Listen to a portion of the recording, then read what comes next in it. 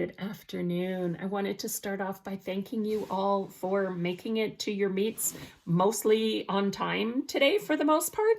And I know the schedule was a little different, but overall things went as planned. So yay. There are 4 students who missed doing the spelling assessment today, and I'll be in touch with you guys individually to arrange an alternate time to do that with me. There are also some students who I may invite back next week to work on a different list. And that sometimes happens. It's not that anything is bad.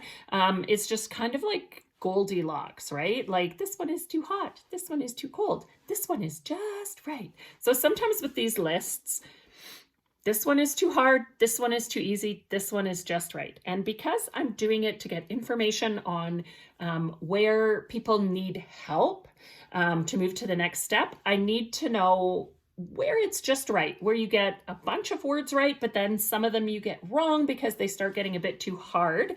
Not, oh my gosh, I got almost all of them wrong because they were all too hard, or woo, I got almost all of them right because they're super easy. And remember, it's not for marks, right? It's not for your report card. Of course, when it's for marks and it's on your report card, we want to get the highest mark we can. In this case, I want everyone to have kind of a middle mark so that I can see where does that student need to work in order to move to that next level. Okay, I hope that helps you understand. If you have any questions, just send me an email and I'd be happy to explain it more to you.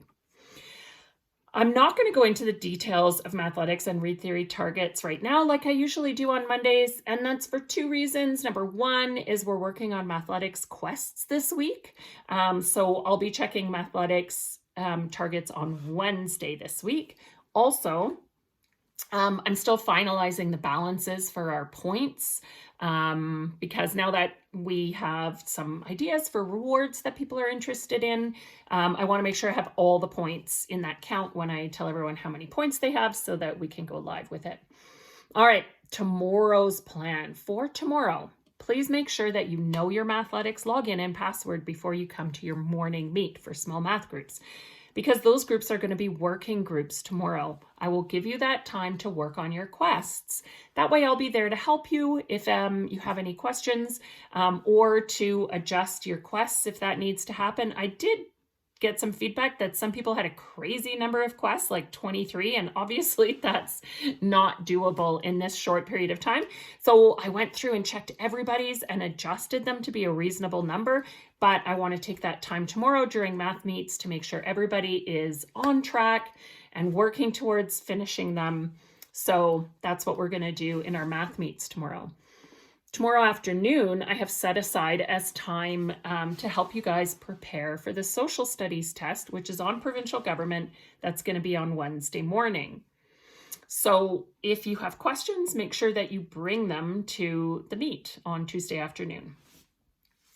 Now, it's time for us to talk about science.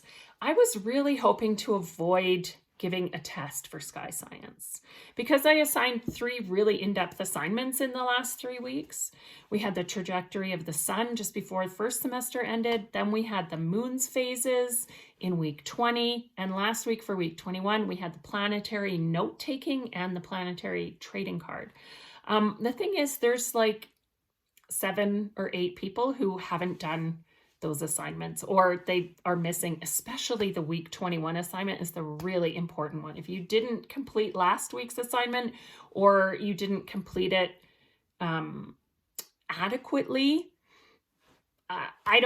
you're going to have to write a test. Okay, so this is what I'm going to do. You check Google Classroom. I'm going to check it too, but if on the moon phases assignment and the week 21 planetary note-taking and trading card assignment, you have anything that is missing or 0 out of 1, you're writing a test. If, on the other hand, you go in Google Classroom, you look at both of those science assignments and they say turned in and 1 out of 1 for the mark, then I have information that I need that is adequate for me to be able to assess you at the end of the unit, and you're off the hook. You don't have to write a science test. So it's very possible that 7 of us will be doing a science test next week and the others will not have to. If you have questions about that, please let me know. I unfortunately have one very major shortfalling. It is that I cannot read minds. So I don't know if you don't know or you're confused about an assignment. The only way I can help you with it is if you tell me. So when I see missing assignments, I just assume they couldn't be bothered, they ran out of time, they didn't feel like it. That's all I can assume, okay? If you didn't finish because you didn't know what to do, you need to tell me that information, okay? You can do it by email or you can come to office hours. I always have lots of time to help people in office hours.